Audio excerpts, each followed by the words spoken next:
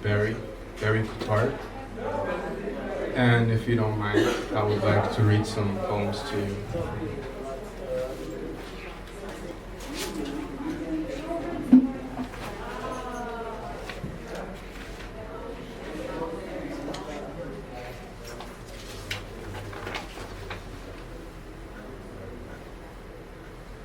This poem is called Dry as a Bird.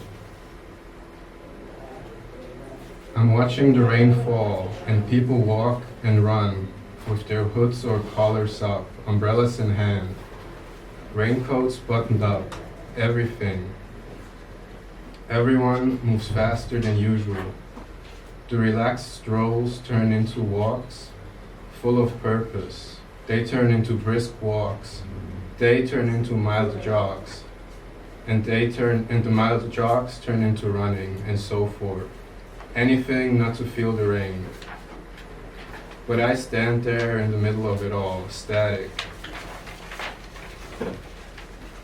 No coat to button, no collar to pop, no umbrella to hold, and yet the rain, I don't feel it. If it wasn't for the people around me, I wouldn't have noticed the rain. But while everyone is escaping, running, while everything is drenched, I'm as dry as the desert, besides a couple beads of sweat on my forehead. It's like the drops of rain fall right through me. I see them, I can smell them. I can smell the rain on the hot streets, and yet I can't feel it. While they run to escape it, I yearn to feel it, even if it's just for one last time.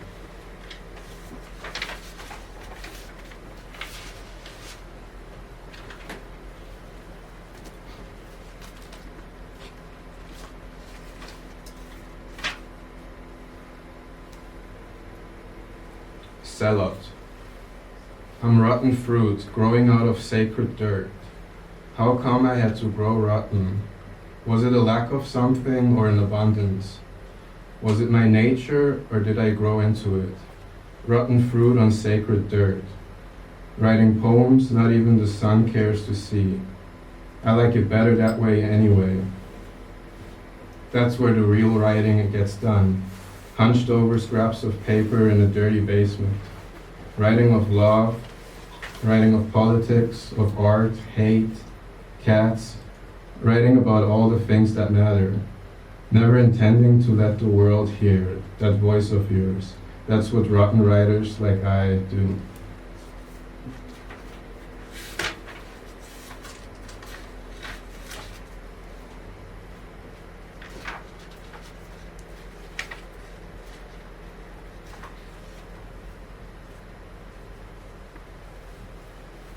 A gut feeling.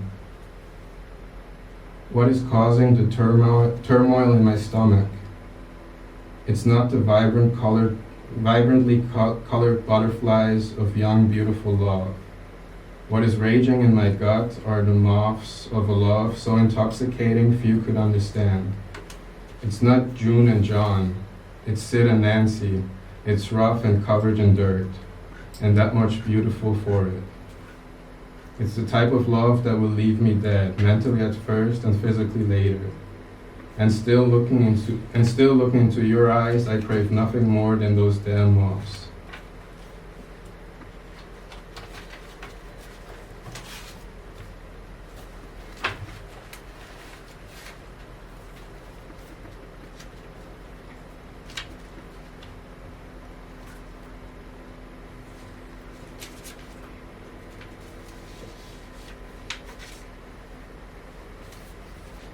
The liquidation of honesty. We all cry, and yet our tears are so different from one another. Some tears water the seeds of creation, while others drown every sign of life. And yet no tear is spilled in vain. None is less or more important than the other. So let them be, run, flow, as they are. After all, the closest thing to truth anything can ever be.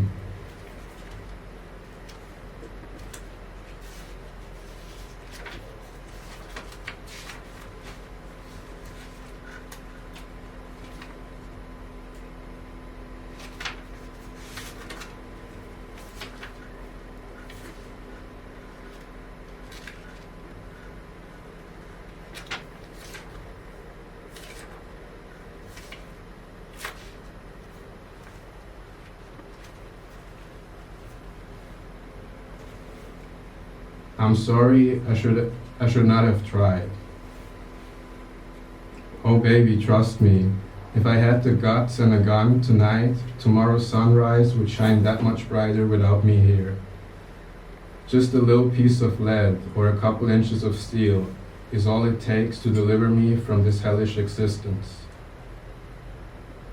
That is just that, not living but existing. Spending every waking second contemplating death, twisting in pain invisible to everyone else, trapped in prisons of my own making. Put in a solitary confinement of the heart. There's no drink I could drink, no line I could snort, no smoke I could inhale to make this aching soul of mine feel less hurt. So baby, please, let me lay down this filthy pen of mine, once and for all, and be just like all my heroes. For a writer like myself, that's enough, more than enough.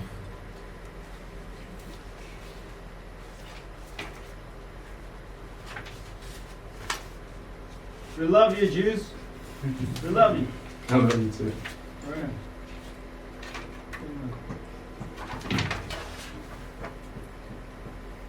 I lost my pen. Genius is often spoken about, but rarely understood. Genius becomes a prison, one you'll never escape from, or so I heard.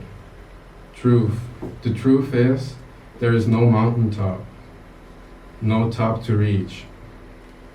For every top is just a new rock bottom, no matter how to the point, how witty, how unorthodox, how honest, happiness will never be found. Is this all there is? I desperately want you to like me, no, more. I want you to love me. But the second you do, I question why. What do you really know about art? What do you really know about art if you revere someone like me? I'm supposed to be overlooked. Isn't that how it works? Everything that's popular is bad. So the more people like my work, the more I fear. Fear being bad, fear being a hack, fear having tricked you all. In the end, I'm alone. The deep-set loneliness is eating through my mind and slowly killing me. And somehow still I deluded myself into believing I need it. You tell me I'm not alone, you say you're there. But when the applause stops, the lights are out, the crowd is gone, I sit in my living room alone, haunted by my own mind, alone. You're not there, no one is, and even if you wanted to, you wouldn't be able to find me. I wish there was reason for the pain. Maybe I should do heroin and start drinking, give you something to romanticize, and me something to break. There's nothing at the top, why even try anymore? How many times more can I rearrange the same couple of words to express what you will never truly understand? I bleed on sheets of papers for your entertainment. I slowly kill myself in the little limelight I got, just to give you what I couldn't give myself. What is this all about? Art, writing, film, politics, identity, sex? In the end, everything is always about sex. Fear of sex, the desire of it, the disgust, the pretending and not pretending, the not caring, the unprocessed trauma I still haven't worked through. It's all of the above, and at the same time, nothing.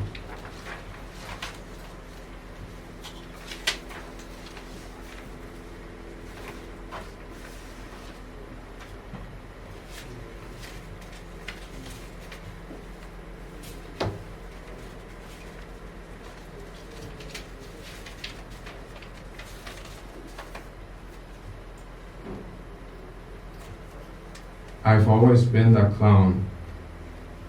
I don't like myself, but that makes me like you that much more. Am I Pagliacci? Who knows? I really am the same kid I was at 12 years old. Creative, jobby, and reclusive. I haven't lost a step in 20 plus years. What a life I lived. While I felt like the worst, I was regarded as the greatest. Stopped cutting myself a year ago, but still sometimes I rub my face with a towel so hard blood stains the bathroom sink. Because sometimes I don't want to be me. Man, I might be him. I managed the unimaginable. I'm still here. I painted with tears and wrote with blood, giving blues another dimension. They locked me up. They said I was the one who flew over the cuckoo's nest. They tried to shoot me dead another 2 times. When things get lonely and my thoughts dark, sometimes I wish they had succeeded. I got my heart broken 100 times over by stories, paintings, and people alike. I learned about myself a few things, and I learned about art so much few could claim. I learned how to let go and how to hold on. And still, I don't like myself. Maybe I never will, but all of that makes me like you that much more. Maybe not you, but the idea of you, what I think I know about you. And I'm sure what more I will learn only deepens that. I'm sure there's something worth hoping for. I don't care if we're Sid and Nancy, Courtney and Kurt, or even Johnny and June. All I can think about is what could be between the 2 of us. God damn it. I might be Pagliacci. Because when the shit turns bad, they flood to me in masses. When my shit's bad, I drown in it. I carry hope with me on every step, but deep down, I think they were right. I'll never get it. I'll never be deserving of it. Not good enough to live, not deserving of the afterlife. I created my own purgatory, from which I write you from. While the vultures circle me, the wolves are waiting for the last words I pen down. But that's not yet. There's a couple more stories I have to tell, and a handful of I love yous I can't wait to say. But in the meantime, I sit here behind these bars, imprisoned by my own genius, guarded by my shortcomings, and judged by my insecurities. What happened to the form? Greatest artist of a generation, and most days I'm too afraid to pick up a brush or a pen. Maybe I'll grow out of it, or maybe that's just how it's meant to be.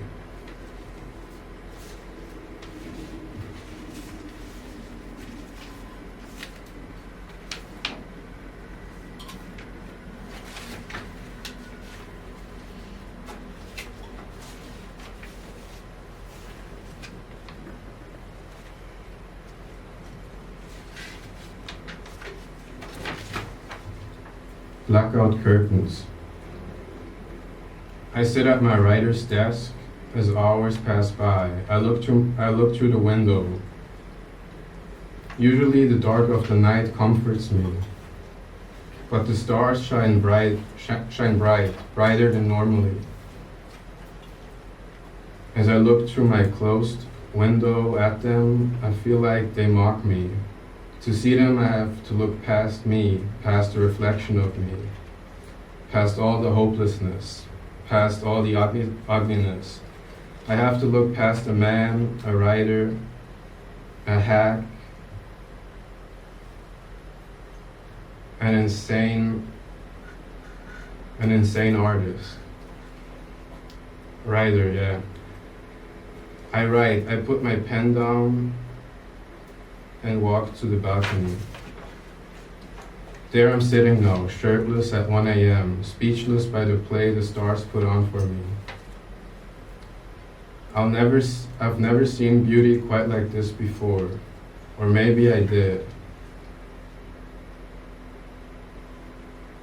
It's getting cold now, but I don't want to go back in. I want to stay here on this balcony forever, looking at the skies, thinking of poems I will never write down, and writing poems for people who will never read them. What a life I could live if I only stayed here.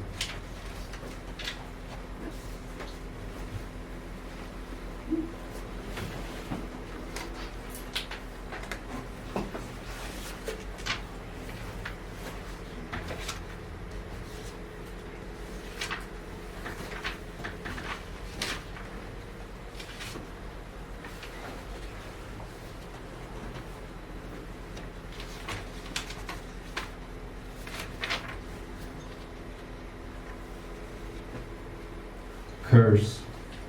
The sad truth of it all is that my worth will always be measured by the potency of my words, that the love will only be in exchange for those tragically beautiful words I pen down on scraps of papers. That is what it means to be a writer like me.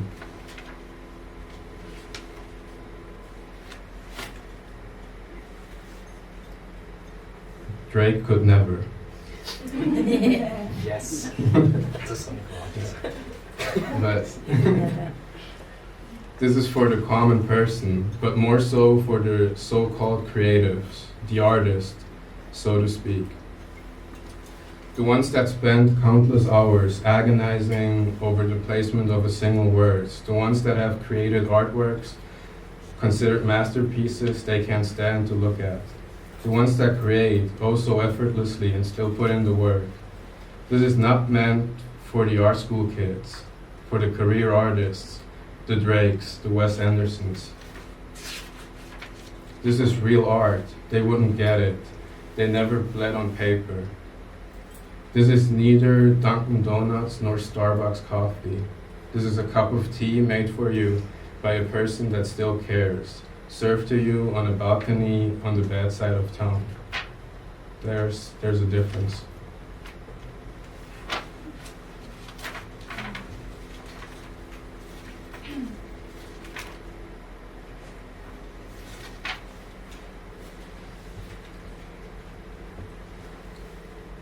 Shades.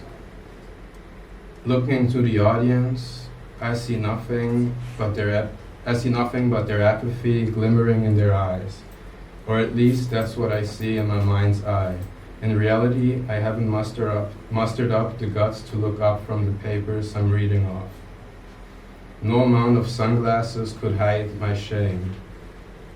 Still I go on reading, exploiting my pain in hope they'll love me one day.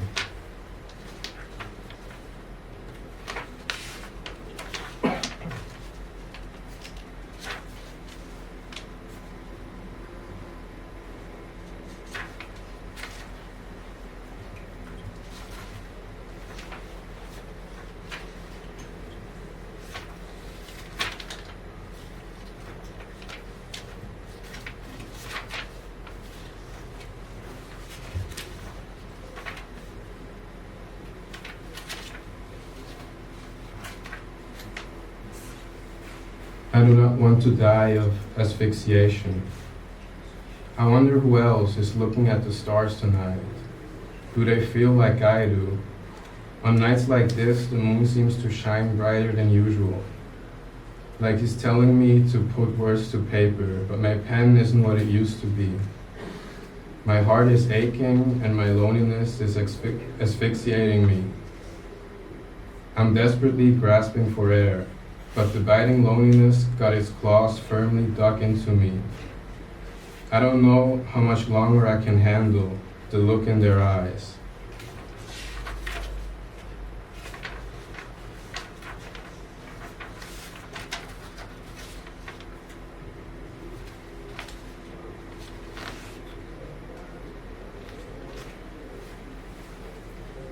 Is this your so-called genius?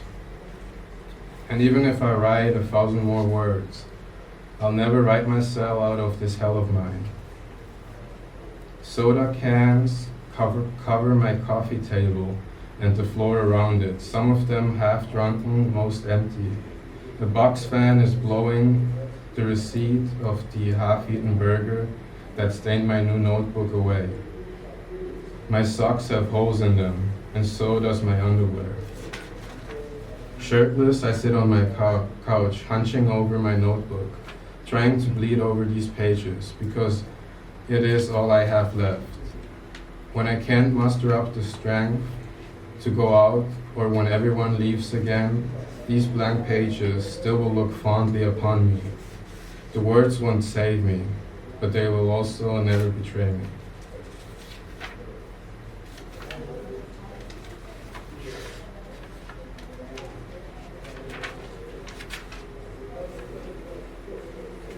Birds shouldn't vote. I'll leave the politics to the politically minded. What else do they have, other than the thrill of their self-imposed superiority being proven wrong every day? I let them ruin this city, this country, this sad excuse of a world even more. I let them fail into ruin.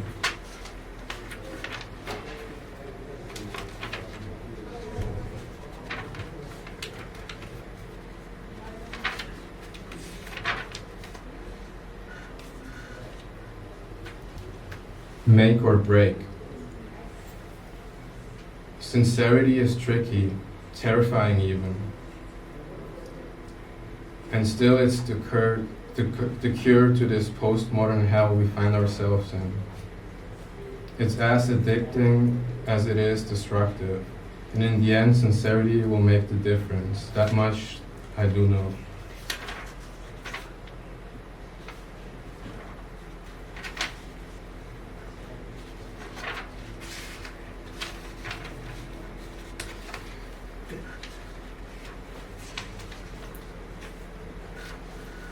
Not made for it. I spend too much time outside, around people. It's time to go back to the basement and drown in my self-loathing and anger alone. My fragile heart can't take it. It's not made for outside. I tried, and it broke my heart a couple dozen times. So back to solitude it is.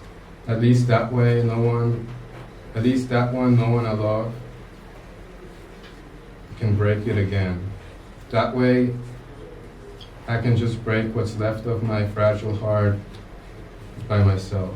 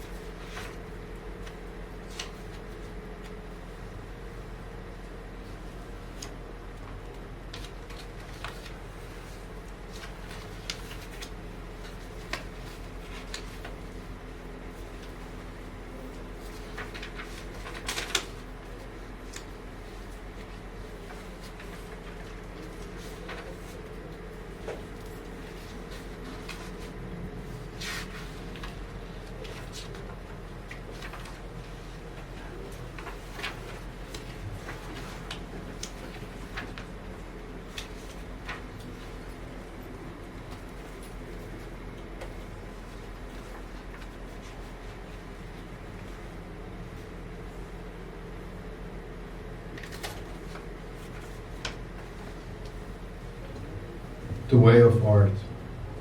I'm atop the mountain, complaining about the shapes of the clouds. Completely devoid of joy, I became blind to all things insincere. As my self-imposed demise is inching ever so closer, I ask you to watch me closely in these remaining years, as I'll show you what it means, what it looks like to be completely committed to art. Watch me burn out in spectacular fashion, like you've never seen anyone do before. I can feel the heat of the flames already. I can't see my feet anymore. Through dedication to art, I'll show you what it means to become one, to become art. I'll show you what it looks like to give it all to one's art and receive more nothing in return. So observe me closely, and you'll see the unchallenged beauty and destruction art carries. You'll see its beauty in every word I write, in every painting that expresses emotions so complex, words don't do them justice. And you'll see its destructive force through the scars that decorate my mind, soul, and body. I'm too far gone, there is no saving me, and yet I'm scared of dying, so afraid of death. And every step deepens this unescapable fear of my self-imposed demise. There truly is no saving me, and yet I still cry and scream for help every chance I get. Maybe in the hopes that someday my voice will be loud enough for even myself to hear. Lie to me, please do, like they all always do. Look into my eyes and tell me the sweet lies of a person that saw the pure despair within them. Tell me you love me, lie to me, like they always do. Tell me what I have is special. Tell me you'll always be there for me, lie. Look me in the eyes and tell me you love me, just to never look into these damn eyes of mine again. Tell me how important I am. Tell me how you'd miss me if I was gone, just to live a life like I never existed in the first place. Lie to me, please. Relate to my paintings. Let my words move you to tears and watch me die slowly like the rest of the crowd. There is no cure for what I have, no love for what I became, no home for me. All there is my pen, loose sheets of paper, an empty apartment, a couple of paintings, and a handful of poems.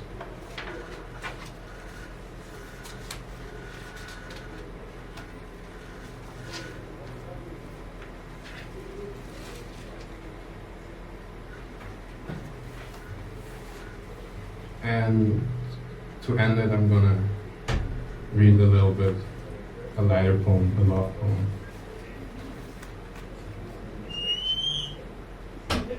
A fool for love. And I could write 1,000,000 more poems of you. Poems that will outlive me, poems that rival the sunsets, that will rival all the sunsets and rises. Even after all the stars have fallen out of the night skies, and the suns ran out of light, and the universe is draped in utter darkness, even through this void, these poems I wrote of you will ring on forever, echoing through space and time.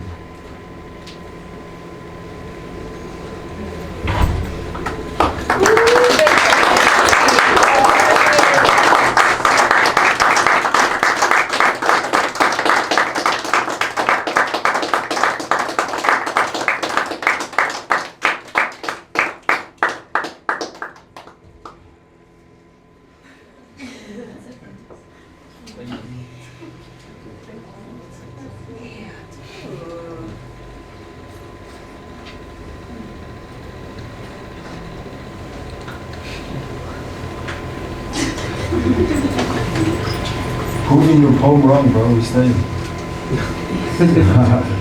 Are we all gonna hug you?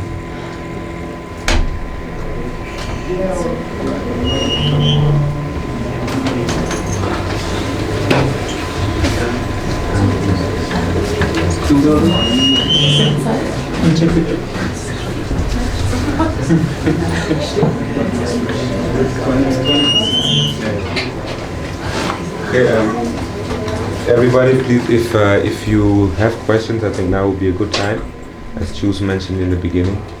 If there are no questions, I would say we just resume to have a normal conversation amongst each other.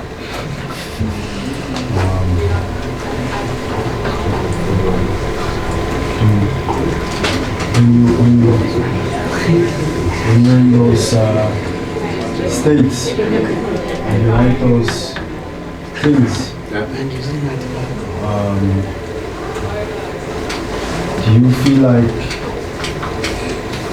do you feel time in any way?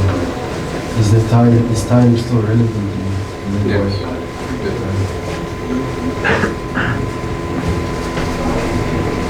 Yeah, time notebook. And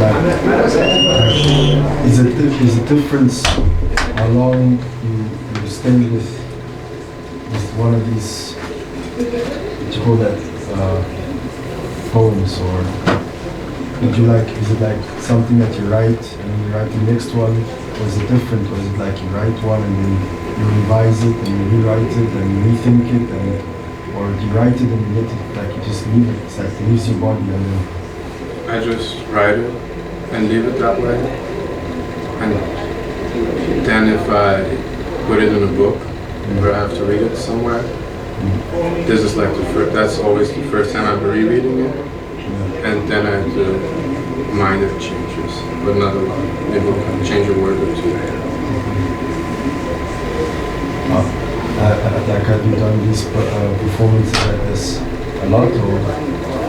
I did one small, like 10 minutes one time, Yeah. and then I filmed a thing without an audience where I read poems for 45 minutes. Okay. How does it feel when you like read it aloud with like, because you speak a lot about being by yourself and like the relationship to the pen and to the paper and to the words that you feel within yourself and that you feel like it won't necessarily leave that relationship. But then when you like go and you reveal it, although you kind of, in a sense, promised yourself, like you promised that paper that this is a relationship between you and this situation that you're in. How does it feel when you compare yourself or when you feel like you have to, or you want to break kind of that promise and you're gonna go out, like out of that circle and allow other people to be a part of that circle? How does that feel, or how does that come about, or how do you, because I can imagine it's a lot of overcoming, like, because these are very deep, you know what I'm saying, like, I feel like a lot of people can relate in some ways or forms to certain things and probably don't have that amount of courage to even write it down in the first place, but to build that courage to also bring it forth in front of people. How do you, like, how does that, how do you, or, like, what moves you to do that? Or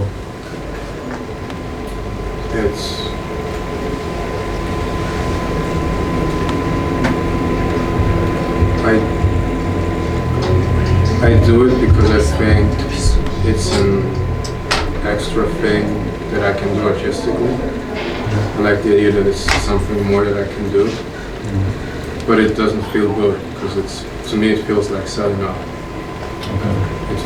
I feel the same way about showing paintings and about selling paintings. For me specifically, I do it, but the whole time I feel like selling out, like I'm gonna sell out. But what is, like, do you feel like you're selling out to an ideology of what for you,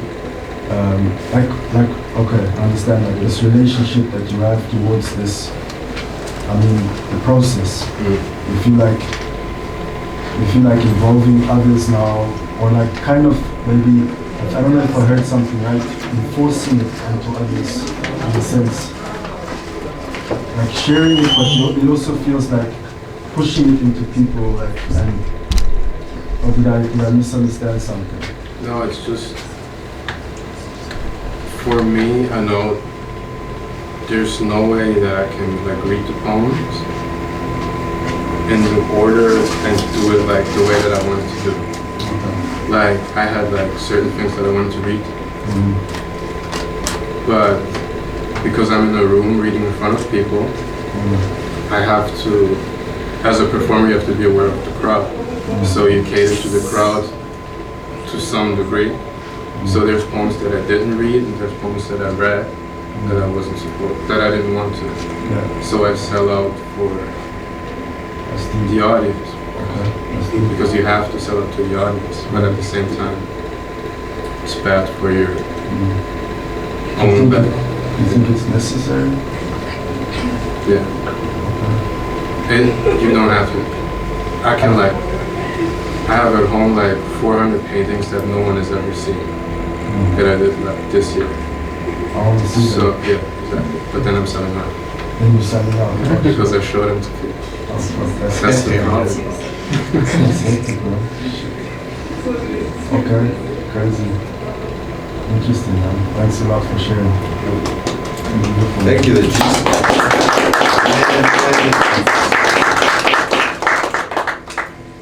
Is there still more from Barry? One question. Yeah. Why is it Barry Cotard? It's a mixture. One of my favorite comedians is Barry Crimmins, a guy who was like a very political comedian before that was a real thing. And the Cotard thing, Cotard is a mental disorder where people think they're already dead. So the idea is kind of Juice is afraid of death. Barry Cotard thinks he's already dead. That's fine.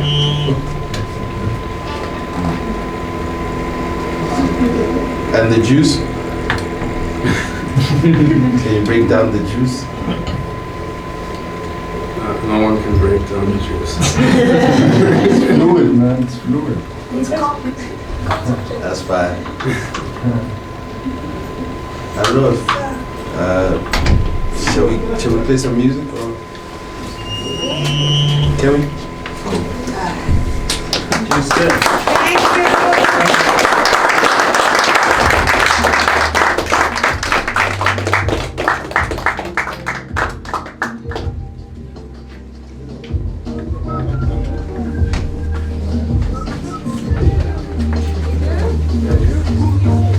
Thank you, Juice. Thank you, Barry.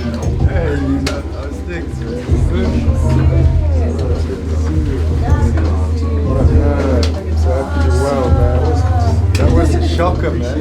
That was a shocker, man. What type of